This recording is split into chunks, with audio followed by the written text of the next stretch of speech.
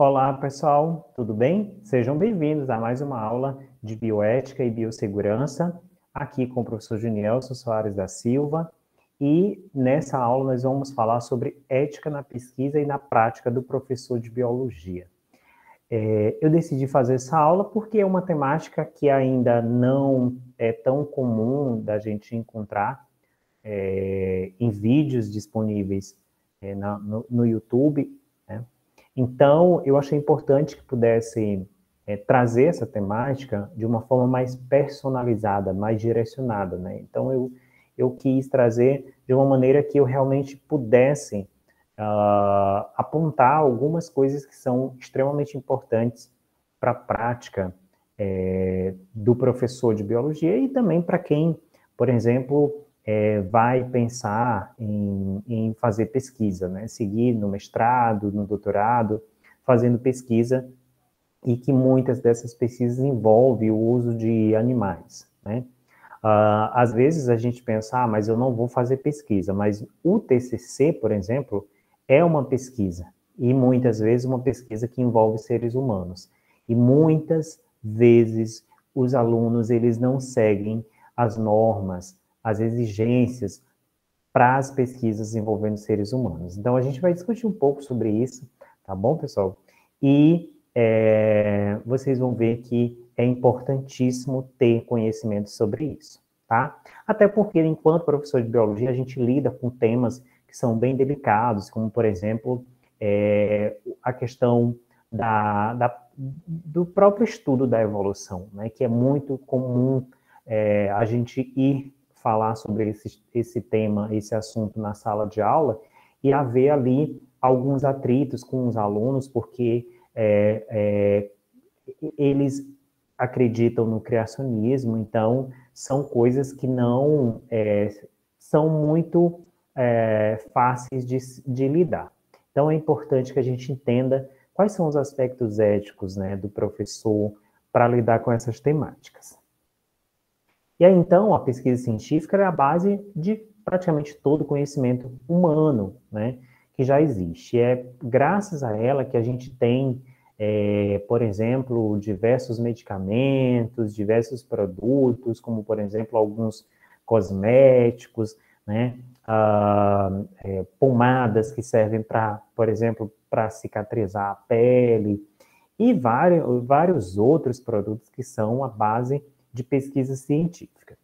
Então, mas para que ocorra a pesquisa de maneira regulamentada, né, e da maneira mais correta possível, para que não haja o sofrimento de indivíduos que estão fazendo parte do processo de experimentação, é preciso seguir leis específicas que vão minimizar o sofrimento dos animais ou das pessoas que estão envolvidas na pesquisa. E aí, então, só para se ter ideia, gente, a experimentação animal, ela é pouco discutida, talvez muitos não pensem, acabem não se dando conta do quanto que é uma temática delicada, mas só para se ter ideia, as estatísticas nos Estados Unidos estimam que em 2016 foram utilizados mais de 820 mil animais de laboratório, né, para a realização de pesquisa. Esse gráfico, vocês podem observar, ele traz aqui que o porquinho da Índia é o animal mais utilizado em pesquisa científica, né? Seguido de coelhos, hamsters e primatas não humanos, né? Além de cachorros, porcos, né? Animais de fazenda, além de outras espécies, né, não listadas aqui. Então, você vê aqui que é um número altíssimo de animais que são utilizados em pesquisa científica.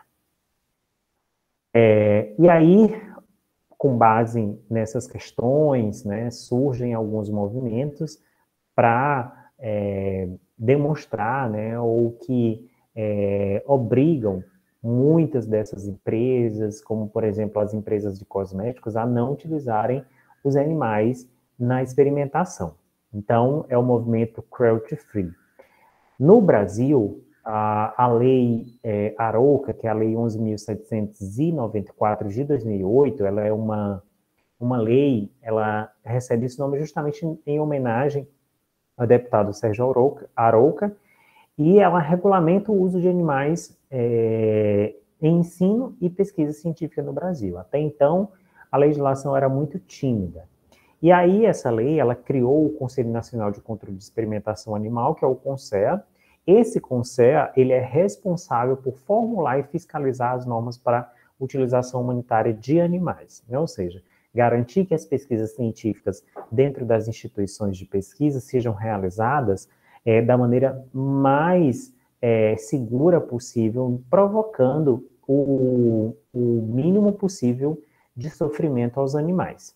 E aí, então, como eu falei para vocês, o movimento Cruelty Free, ou livre de crueldade, ele vem aí para exigir, né, que não sejam utilizados animais na pesquisa para a produção de cosméticos, por exemplo, e quando esses sejam utilizados, né, que seja o mínimo possível, certo? Então, são vários os movimentos, né? Tem o Cruelty Free, tem o Cruelty Free International, tem também os movimentos que têm a ver com o uso de produtos veganos, né? Então, esses produtos veganos, eles normalmente associam ao não uso de animais, né? Tem também o No Tested in Animals. Então, são algumas simbologias que a gente normalmente vai ver em rótulos de produtos, como, por exemplo, shampoos, cremes, que eles indicam que não foi utilizado animais na experimentação, né, para testar aqueles produtos. Mas também não se enganem, não se deixem enganar por qualquer produto que diz que não utiliza animais na experimentação. Podem dizer que não, mas fazem uso, né, em alguma parte do processo. Muitas vezes a embalagem, né, ou sei lá, algum insumo que eles utilizam é produzido, né, a partir para ele ser produzido, ele passa por alguns testes. Então, nem sempre o produto é 100% livre de crueldade. E nas pesquisas com humanos, que é mais comum, por exemplo, na prática das pesquisas de TCC, por exemplo. Então, muitas vezes a gente pega um TCC, aplica um questionário para professores, para estudantes, mas muitas vezes não é seguida a legislação que recomenda que esse projeto ele passe por uma aprovação, né? Então, a partir de 1996, as pesquisas que são realizadas com o uso de seres humanos, elas foram regulamentadas pela Lei 196 de 96, e depois, em 2012, essa lei foi aprimorada pela Lei 466 de 2012. Então, essa lei, ela regulamenta que toda pesquisa envolvendo seres humanos, né, por mais que seja só, por exemplo, com a aplicação de um questionário, é preciso passar o projeto através do Comitê de Ética e Pesquisa, né? Esses comitês de ética e pesquisa é uma comissão formada por pesquisadores e eles avaliam se o projeto pode causar a pesquisa, na verdade, pode causar algum desconforto, algum dano para os envolvidos na pesquisa, certo? E aí as instituições de ensino, elas precisam ter seus comitês, tá? Por exemplo, a Universidade Federal do Piauí, ela tem um comitê de ética e pesquisa que vai analisar todos os projetos que são cadastrados na plataforma Brasil, né, que envolve o uso de seres humanos na pesquisa, seja somente para aplicar um questionário. Então, toda pesquisa, né, envolvendo seres humanos, elas têm que ser cadastrada na plataforma Brasil. Então, o cadastro é feito através dessa plataforma, tá? E depois que ela é cadastrada na plataforma, ela é avaliada pelo Comitê de Ética e Pesquisa, que é o CEP, da instituição a qual o pesquisador está vinculado. Por exemplo, vamos dizer que o seu orientador ele tem um vínculo com a Universidade Federal do Piauí, e ele cadastra o seu projeto de TCC aqui nessa plataforma, né, na plataforma Brasil. Então, automaticamente, esse projeto vai para o Comitê de Ética e Pesquisa, para o CEP da UFP, certo? Assim, vai, por exemplo, se ele for da UESP, do IFP, então, o projeto ele vai ser avaliado pela comissão da instituição a qual o pesquisador está vinculado. Então, seu projeto de TCC será com humanos, gente? Então, me digam aí, né, se for, ele tem que estar cadastrado no Comitê de Ética e Pesquisa. Se ele não tiver cadastrado no Comitê de Ética e Pesquisa, é algo muito grave, porque muitas vezes, se você pretende publicar o seu projeto, o seu trabalho, na forma de artigo, muitas vezes a revista não aceita, né, porque não foi aprovado no Comitê de Ética e Pesquisa. E aí, então, na prática do professor de biologia, a gente lida com várias temáticas que são polêmicas, né? Como, por exemplo, eutanásia, né?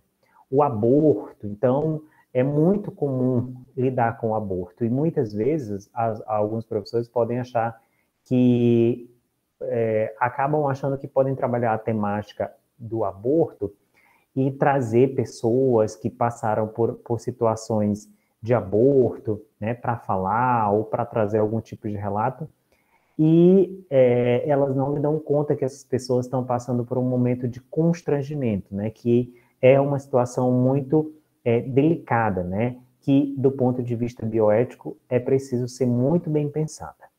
A questão dos alimentos transgênicos, a clonagem, a sexualidade, né, a origem e a evolução das espécies e do homem.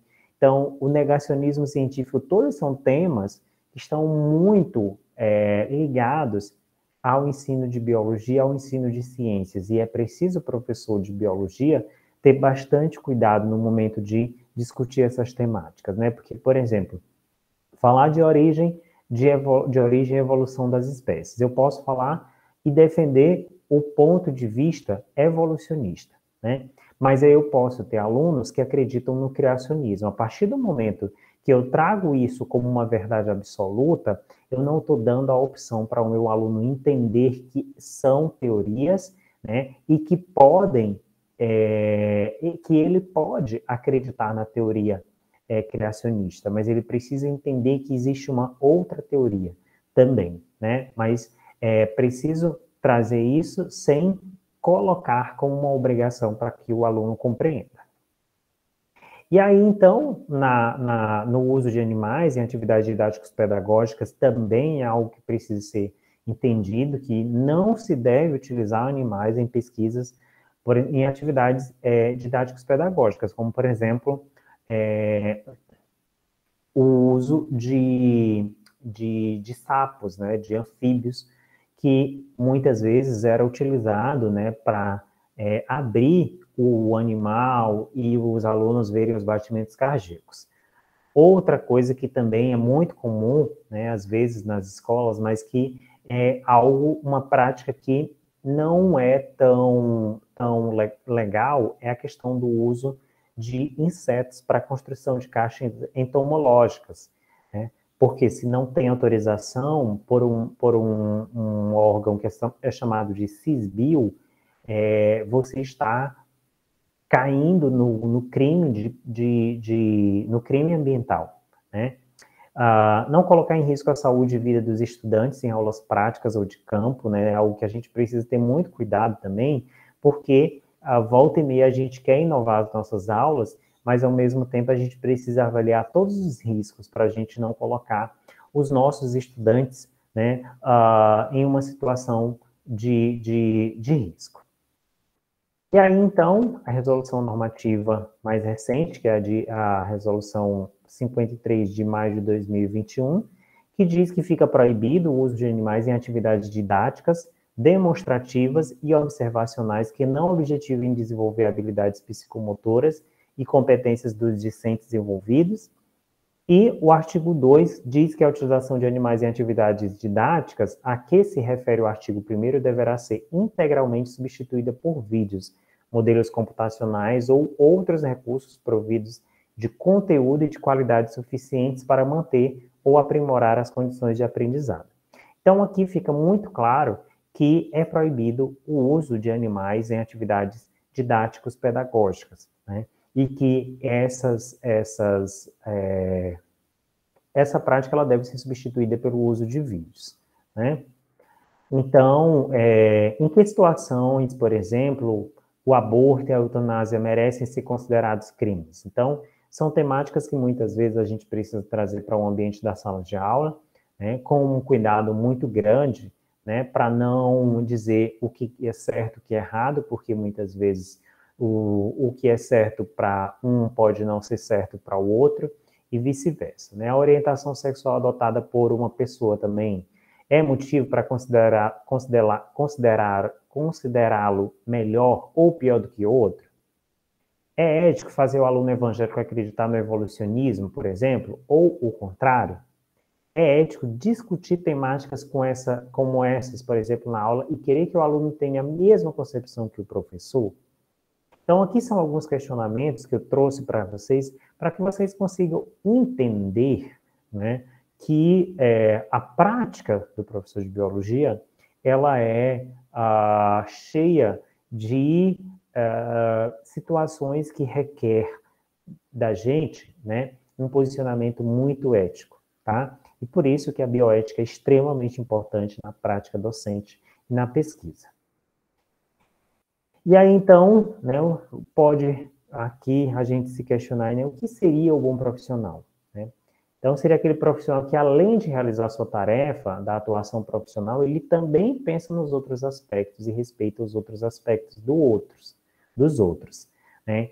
Então, é aquele profissional que espera, né? No entanto, é que se seja um profissional atento às suas atitudes, à postura, à relação ensino-aprendizado, né? Que ele não deixe de ser conhecedor dos princípios da bioética e da importância em transferi-los à sua vida profissional futura, né? Então, esse profissional ele é necessário, né, nos dias de hoje. Então é isso, pessoal. Muito obrigado e até a próxima. Tchau, tchau.